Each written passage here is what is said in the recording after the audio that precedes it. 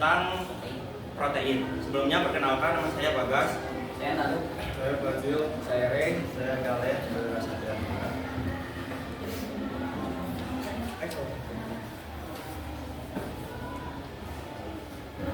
Pencet lah, pencet dong. Ada cincin.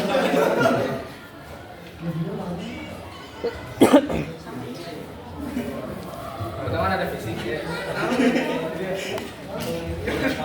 Yang pertama ada definisi. Protein merupakan senyawa penting penyusun hidup yang terbentuk dari gabungan asal-asal amino yang melalui reaksi polimerisasi kondensasi. Reaksi polimerisasi kondensasi sendiri adalah reaksi di mana pembentukan polimer dari monomer yang digabung dengan cara melepaskan molekul kecil. Molekul kecil yang dilepaskan bisa berupa air H2O atau amonia NH3 atau klorida HCl. Lalu selanjutnya ada struktur dan fungsi, sifat dan fungsi. Sifatnya yang pertama pada umumnya sulit termasuk sekar larut dalam segala macam larut. Lalu yang kedua tidak tahan terhadap suhu tinggi, dan yang ketiga pada hidrolisis enzim terdapat air berterurai berangsur-angsur dari mulai pepton menjadi polipeptida, menjadi peptida, lalu menjadi asam amino. Fungsinya adalah sebagai pembangun, pengatur, pertahanan, juga sebagai sumber energi. Lalu ada struktur protein. Di antara sama-sama amino dapat terjadi sebuah ikatan kovalen antara atom N dari gugus NH2 dengan atom C dari gugus karboksil COA bersama amino lainnya. Ikatan yang terjadi disebut ikatan peptida. Lalu di sini yang kedua, jumlah ikatan peptida yang terdapat pada molekul protein ditentukan oleh jumlah asam amino penyusunnya. Jadi di sini satu ikatan peptida tersusun dari 2 asam amino sehingga menghasilkan dipeptida.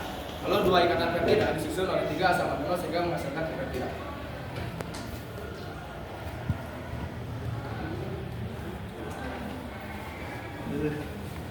Lalu selanjutnya adalah struktur primer. Struktur protein yang pertama itu adalah primer, yaitu menunjukkan jumlah tulis dan urutan asam amino molekul protein dan urutan asam amino juga dalam satu molekul protein. Terus yang kedua ada struktur sekunder, menunjukkan banyak sifat suatu protein yang ditentukan oleh orientasi molekul sebagai suatu dan keseluruhan. Bentuk suatu molekul protein misalnya spiral. Dan penataan ruang kerangkanya yaitu ikatan hidrogen antara gugus NH, salah satu residu asam amino dengan gugus karbonil. Lanjut. CO. Residu asam yang lain. Lalu ada struktur tersier menunjukkan keadaan kecenderungan polipeptida membentuk lipatan tali gabungan interaksi. Lebih lanjut seperti terlipatnya kerangka untuk membentuk suatu bulatan. Lalu yang selanjutnya adalah struktur kuartil menunjukkan derajat persekutuan unit-unit protein. Lalu ada penggolongan protein. Yang pertama itu adalah enzim sebagai katalisator berbagai reaksi kimia yang terjadi pada tubuh. Contohnya adalah enzim maltase berperan mengubah maltosa menjadi glukosa. Yang kedua adalah protein transport, yaitu protein yang mengikat dan memindahkan molekul atau ion spesifik. Contohnya adalah hemoglobin dalam sel darah merah, berfungsi sebagai alat mengangkut O2 dalam darah. Lalu yang ketiga adalah protein nutrien atau disebutnya simpanan Nutrien. Oh ya, nutrien. Maaf salah. Berfungsi sebagai cadangan makanan. Contohnya adalah protein dalam biji zat seperti gandum, beras, dan juga jagung. Yang keempat ada protein kontraktil berperan dalam proses gerak karena memberi kemampuan pada sel untuk berkontraksi. Contohnya oktin dan miosin dalam sistem kontraksil kontraktila. Lalu yang kelima ada protein pertahanan antibodi atau antibodi, berfungsi melindungi organisme dari serangan penyakit, contoh imunoglobin, dan menetralkan bakteri. Lalu ada komponen penyusun asam amino. Asam amino adalah sebarang senyawa organik yang memiliki gugus fungsional karboksil COOH. Dan amino biasanya yang kedua. Dalam biokimia seringkali pengertiannya dipersempit. Keduanya terikat pada suatu atom karbon C yang sama disebut atom C alfa atau A.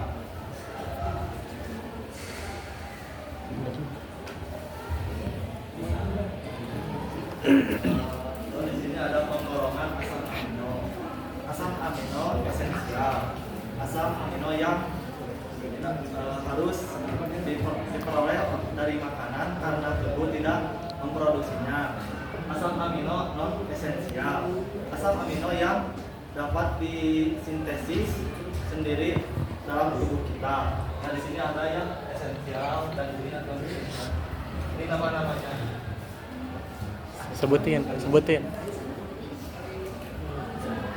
Sifat asam amino. Sifat hotel dapat bereaksi dengan asam maupun basa.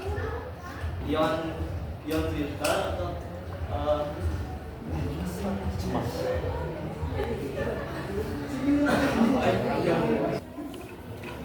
Ya. lalu ada sifat asam amino. Sifat hotel dapat bereaksi dengan asam maupun basa. Ion filter terbentuk molekul yang mempunyai dua jenis muatan, yaitu muatan positif dan muatan negatif. Semuanya aktif kecuali giset. Dapat berpolimerasi membentuk protein maupun ikatan peptida. Lalu ada komponen penyusun atau peptida. Peptida merupakan molekul yang terbentuk dari 2 atau lebih asam amino. Jika jumlah asam amino kurang dari 50 molekul disebut peptida. Namun jika lebih dari 50 molekul disebut juga protein. Selanjutnya ada ikatan peptida. Jadi ikatan peptida merupakan ikatan yang menghubungkan 2 asam amino sehingga membentuk sebuah protein. Ikatan peptida ini menghubungkan 2 macam asam amino sehingga terbentuk suatu molekul di peptida. Jadi ini ada monopeptida dan monopeptida atau bisa disebut juga asam amino ya. Jadi ini ada asam amino.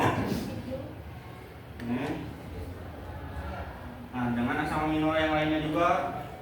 Nah, ini jika disatukan atau direaksikan akan terbentuk protein yaitu ini. Jadi caranya itu ikatan peptida OH di sini dan H di sini nanti bergabung menjadi H2O di sini. Nah, sedangkan ikatannya kan lepas satu ini. Nah, jadi di sini C yang ini bergabung dengan N yang ini jadi ini. Nah, contoh yang lainnya sama aja.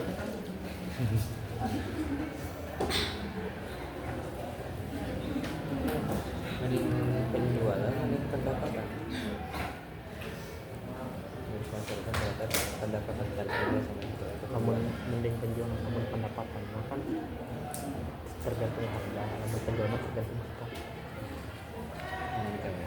Jadi fakta ya fakta. Iya, jadi mending Jadi penjualan kalau meskipun penjualan juga penuh harga juga udah Iya, kalau misalnya penjualan 5 harga 10.000 beda sama penjualan dengan 2 harga 100.000. ini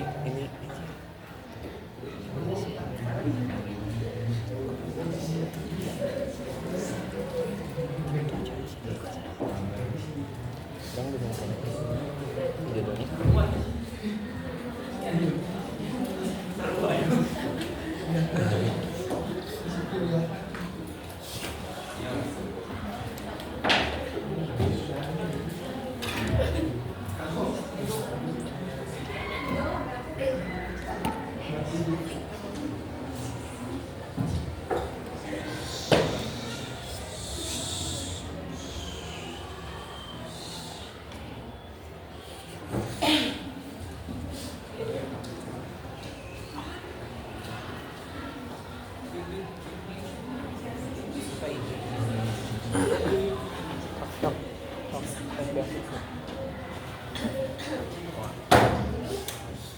Nah, jadi bentuk umumnya tuh gini kan, asam amino itu C-nya itu mengikat gugus karboksil dan juga yang kedua. Nah, yang satunya lagi itu mengikat atau alkil. Nah, jadi nanti si OH yang ini sama kayak ini nanti bergabung jadi H2O. Kayak ini. Nah, ini kan ini nanti nyambungnya sama ini sama yang ini. Benar kan? Benar. Benar. Nah, nanti hasilnya jadi Jadi karena 2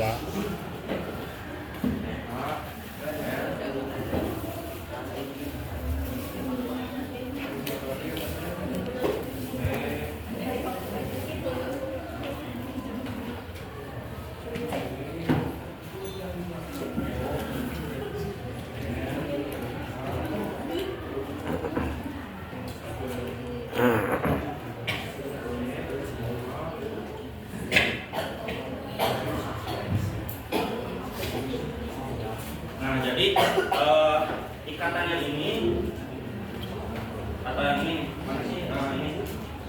Nah, itu disebutnya ikatan peptida. Jadi yang nyambungin dua asam amino itu. Nah, sedangkan ikatan peptida itu kan ikatan yang menggabungkan protein. Nah, untuk yang memecah protein itu pakai reaksi hidrolisis. Jadi kebalikannya dari sini ke sini pakai hidrolisis caranya.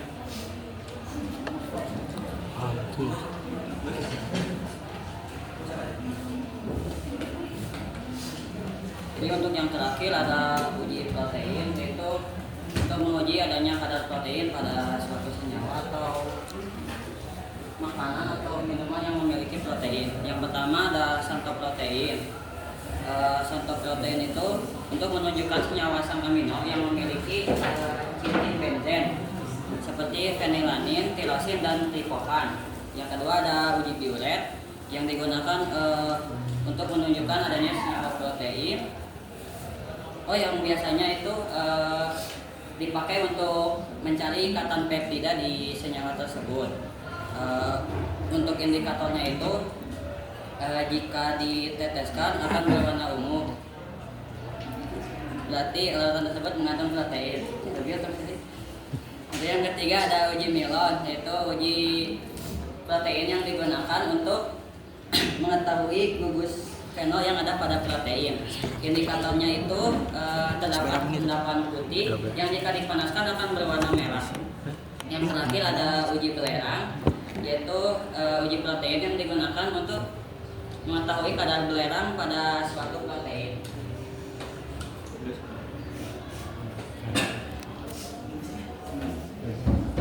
Pak Jio.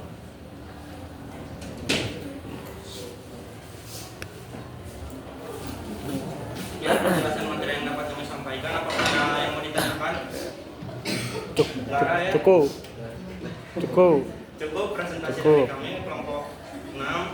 Terima kasih atas perhatiannya. Assalamualaikum warahmatullahi wabarakatuh. Waalaikumsalam. Nggak usah di video kan? Enggak usah.